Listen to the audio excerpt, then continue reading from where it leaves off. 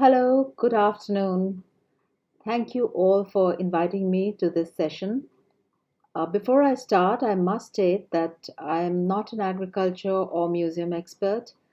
My scope of work has been in the sphere of safeguarding intangible cultural heritage in India through my institution, INTAC.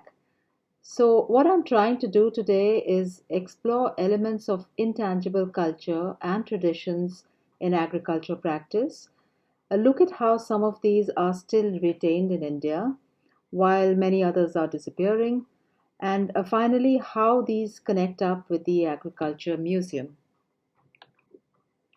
Intangible Cultural Heritage, or ICH for short, is a vast field that encompasses the domains of oral traditions and expressions, that is, spoken forms that pass on collective memory and knowledge, social practices, rituals, and festive events that reaffirm the identity of their practitioners as a group, knowledge and practices related to nature, like traditional ecological wisdom, knowledge of local flora and fauna, and medicinal practices, culinary traditions, performing arts like music, dance, and theater, and a traditional craftsmanship, that is, the knowledge and skills for this. What is important about ICH is that it is not frozen in time but living heritage. It entails transmission of skills and knowledge and is community based. Now, if you consider these elements of ICH, you may already see some intersection points with agricultural know how and customs, which incorporate an array of practices, an understanding of nature and of the land, and many related beliefs and rituals, festivals, and foodways. In India, much of this knowledge has been retained orally and has been passed down through generations. The challenge thus for us lies in trying to bring all of this in the purview of the agriculture museum space, which I shall touch upon in the last part of my talk. I would first like to explore the correlation between traditional agriculture and its intangible traits as seen, or in some cases no longer seen, in practice. Now, India is diverse in the socio-cultural aspects of agriculture across its varied geographies and communities. This diversity is also seen in its climatic zones, its varieties of soil and of seeds, and knowledge related to these seeds, to rain patterns and seasons, to sowing or rotation of crops, to manuring and irrigation. And it is this diversity that is at risk of fading, and this diversity that the value and significance of cannot be stressed enough. There is an immense wealth of history and oral practices in every Indian farming community. Here in India, the oral knowledge is remembered and reiterated in practice. This includes not just the functional knowledge of a wide variety of crops and their production, but a host of related intangibles that are based on the principles of respect for Mother Nature and what it gives you, and revering the grain that feeds you and the implements that enable this. In history, the Arthashastra of Kautilya, a great scholar from the modern age, deals with the management of resources and details many agricultural practices. Megasthenes, a Greek envoy to the court of the Mauryan king, records the existence of irrigation, fruit cultivation, cereal crops, millets, pulses, rice, and the cultivation of two harvests in the year on account of there being two rainy seasons.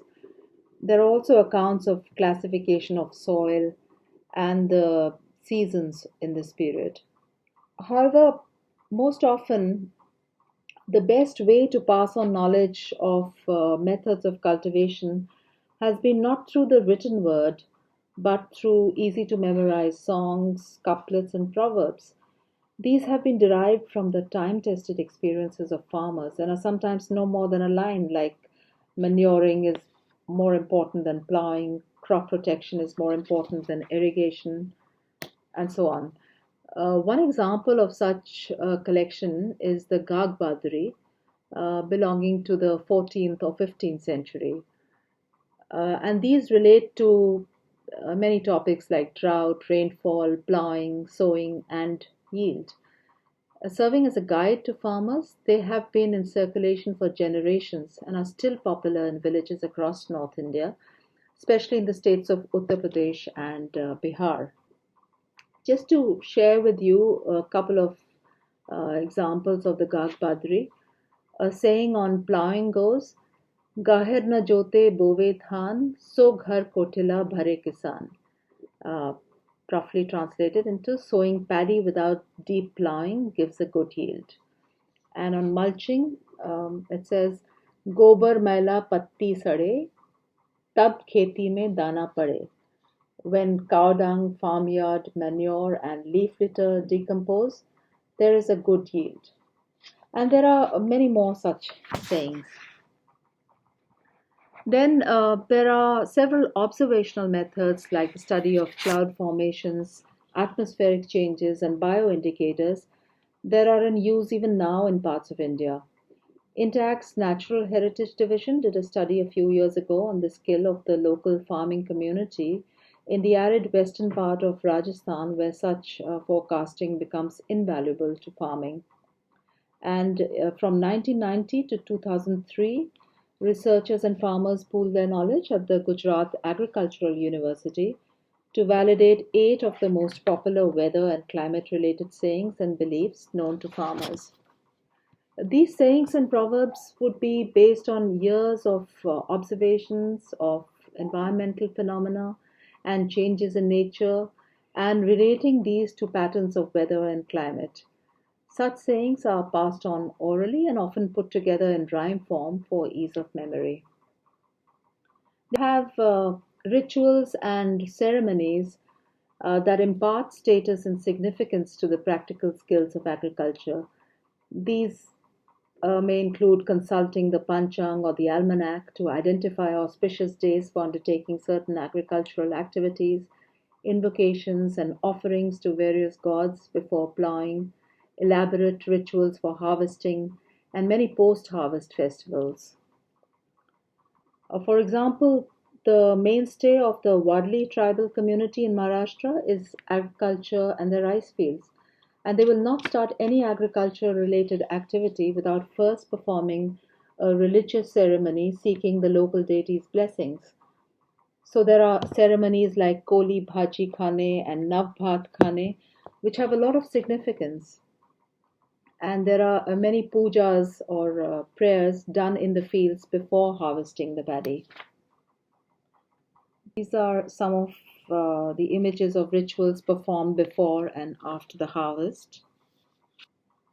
In farming communities, many rituals still in practice have either some ecological or socio-cultural or practical dimension to them.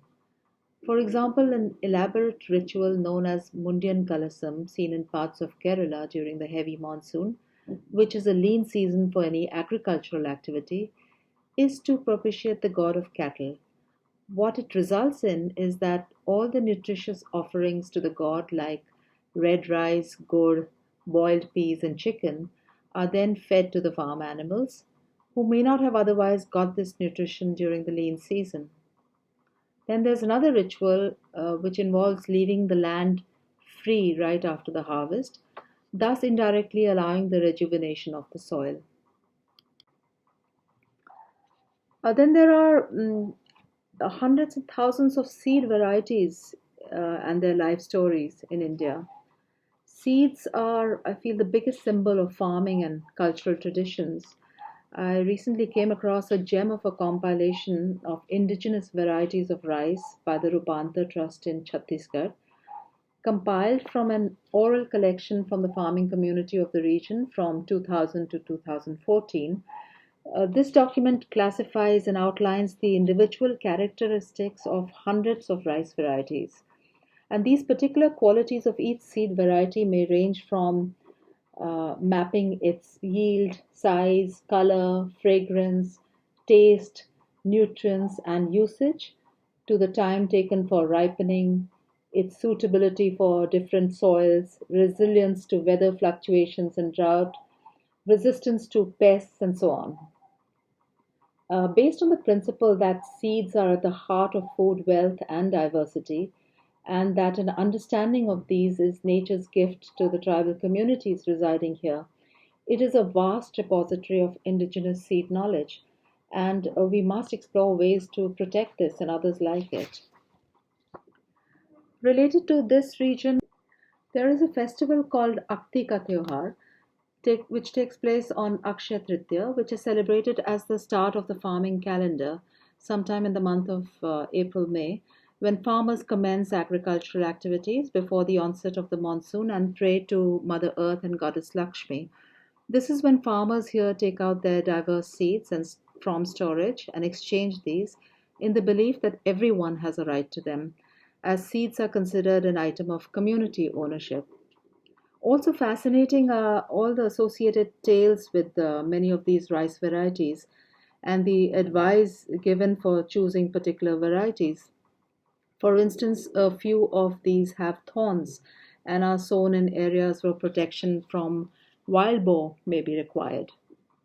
Dr. Debel Deb, a farmer scientist who works with traditional farmers in Bengal to conserve indigenous seed variety, also links cultural loss with the loss of rice varieties. He rues that old customs and foods no longer have the same social meaning because the rice varieties associated with them are long gone, and many of the old land races being available only in gene banks or single farms.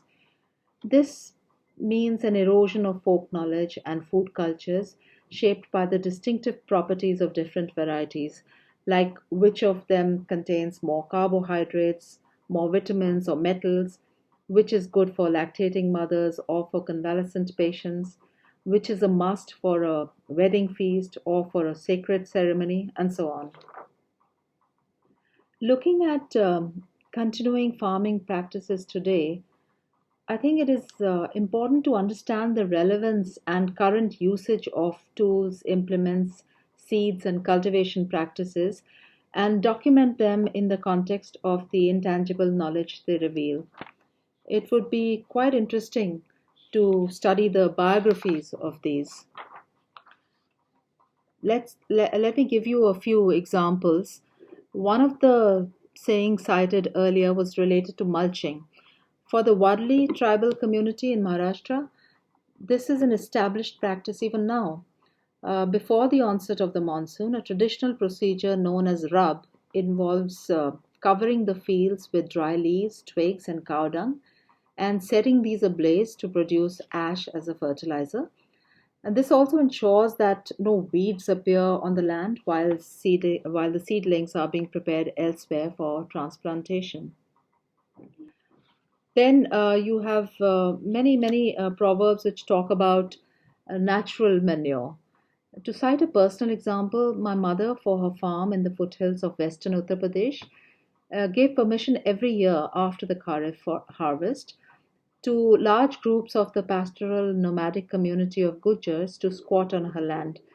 This community comes down from the mountains every winter to graze its livestock, comprising mainly buffaloes and a few goats.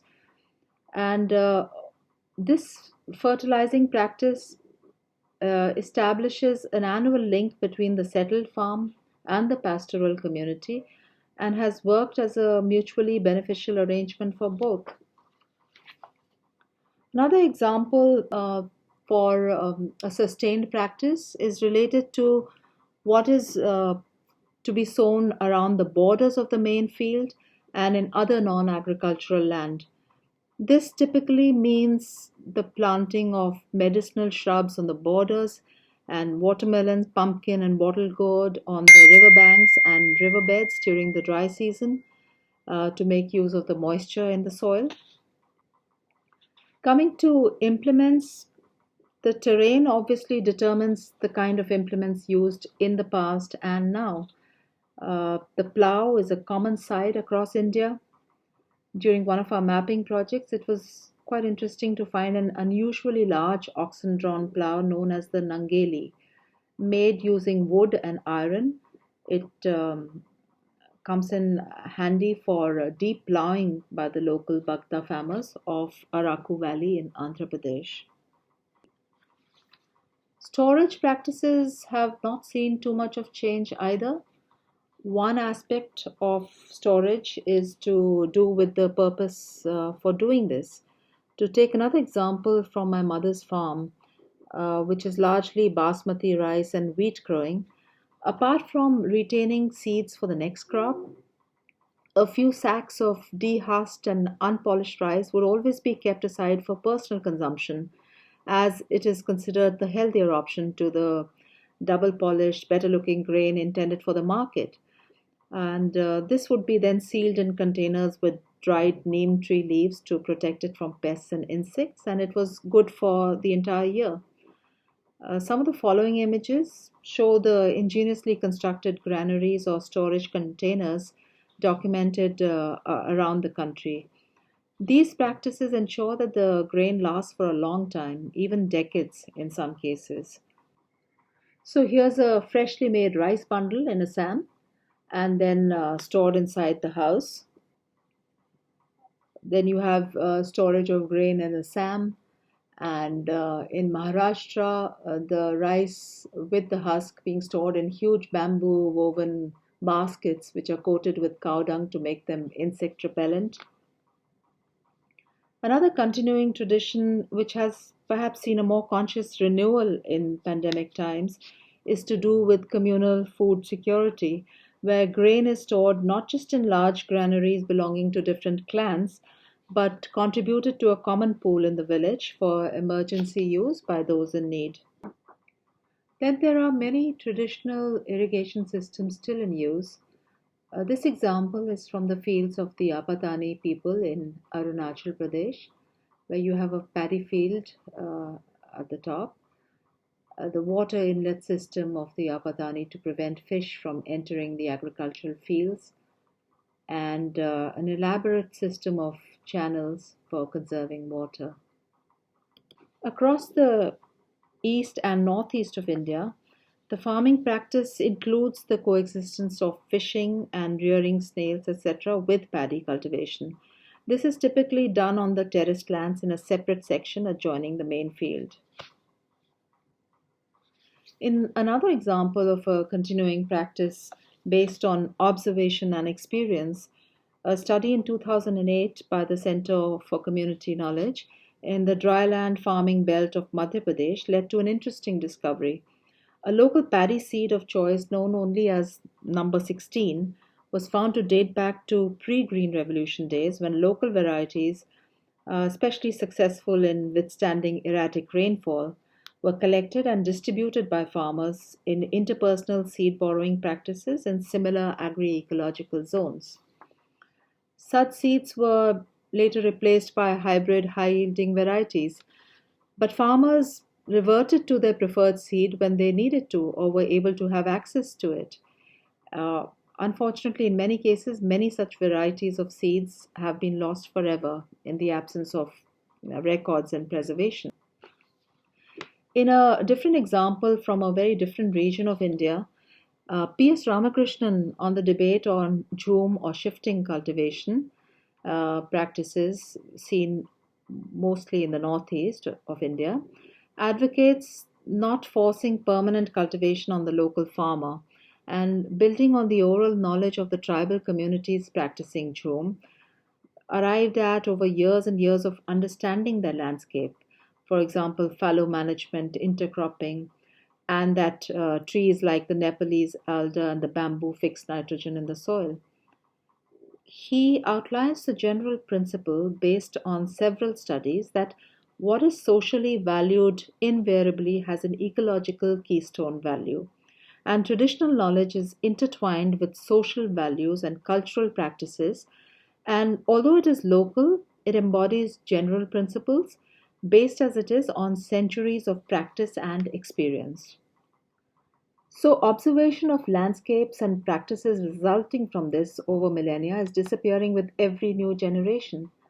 And an important task for us would be to identify and record vanishing intangible knowledge related to local farming practice. Some change in this over time is inevitable, but archiving it for its own sake and for the lessons it teaches us would be an important activity.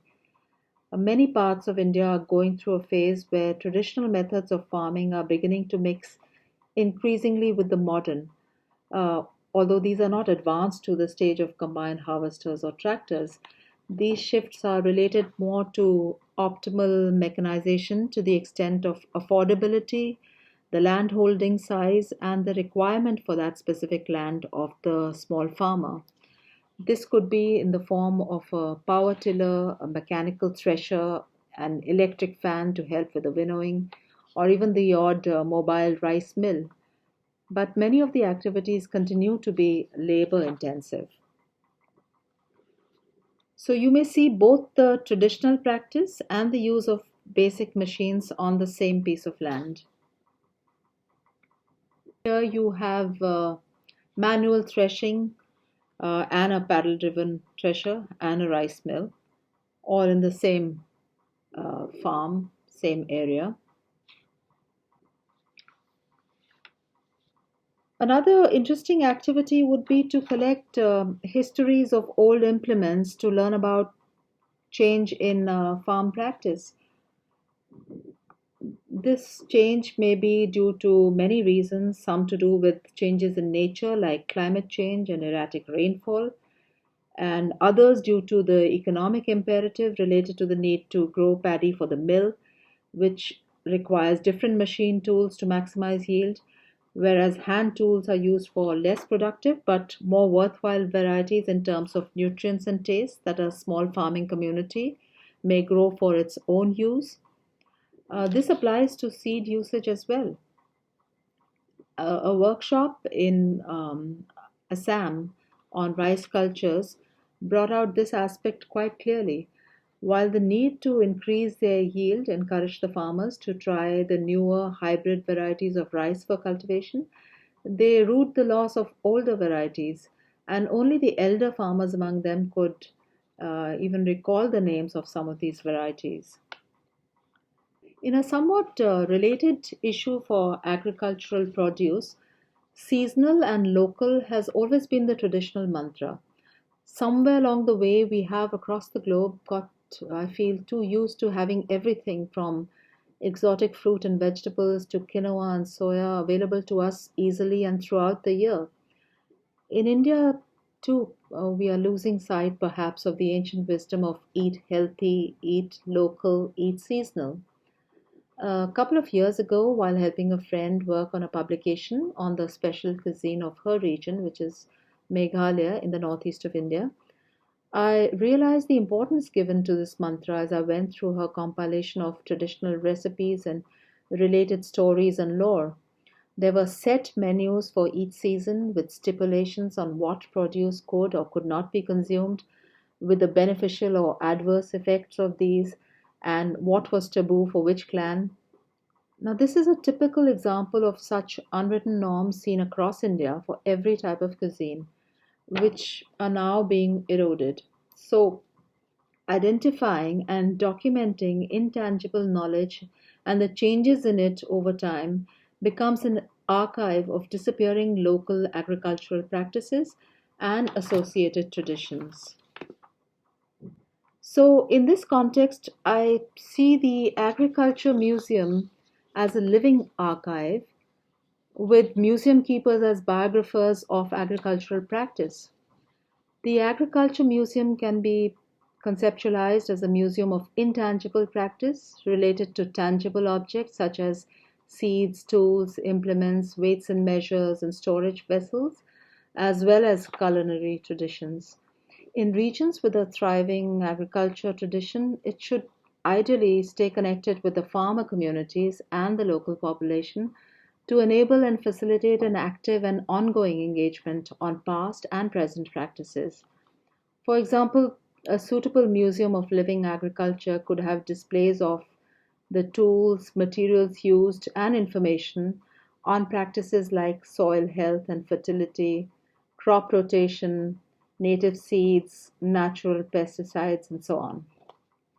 Then, presenting the biography of a seed variety as a tangible thing with its intangible elements and associated tangible tools and structures that are used in its life cycle would be interesting for the local population where such seeds are to be found.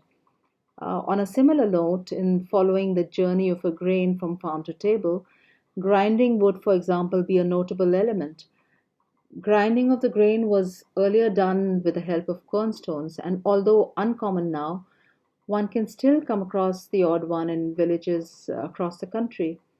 In Garhwal, in the hilly regions, folk songs have been traditionally sung by women at the time of cereal grinding, which would be typically corn, in the Jandaru. And I feel a working sample of this would be interesting to observe. The link between tangible and intangible also becomes the starting point for an archive of intangible knowledge practice, which could be housed in a museum as objects and also as collections of recordings of different kinds. The collections of this type of knowledge would help in preservation in the physical or digital museum space of farming heritage and practice. This would be an ongoing project, of course, and of archiving some of the oral knowledge of agri practices and traditional farming wisdom residing with and owned by communities, by the elders within these communities, or by informal institutions. This would be done by collecting or compiling the texts that pertain to this, by collecting oral histories from the farming communities, by documenting many of the indigenous innovations of farmers, and by studying the success stories of those who have implemented some of these practices in current times. Uh, at a time when agriculture is under stress, this would allow communities and traditional practices to remain aligned through dissemination of not easily accessed information, training workshops, and dialogue on best practices. Lastly, the museum should function, I feel, as a hub for the cultural aspect of agriculture as well, because that would definitely add to its popularity. To conclude, intangible heritage, traditional wisdom, and know how could be invaluable in providing solutions to deal with at least some of the problems of our modern times. And this is especially true for agriculture. Johan de Hulster, in a conservation brief for INTAC on conservation agriculture, said, and I quote, living heritage and tradition are extremely important and rich resources that are contained in every action of a farmer, in collective memory, and in the praxis of the living agrarian classes. We have to treasure this wealth not as a relic of ancient times, but as a lasting appreciation of agriculture as an integral part of our time and society. This wealth is the basis for a future in which sustainable food production can be secured thanks to the experience and biodiversity it has created, and that has been passed on to us as a living heritage by generations of farmers. Agriculture needs to innovate in such a way that its very foundation is preserved. With that, I would like to conclude. Thank you very much for your time.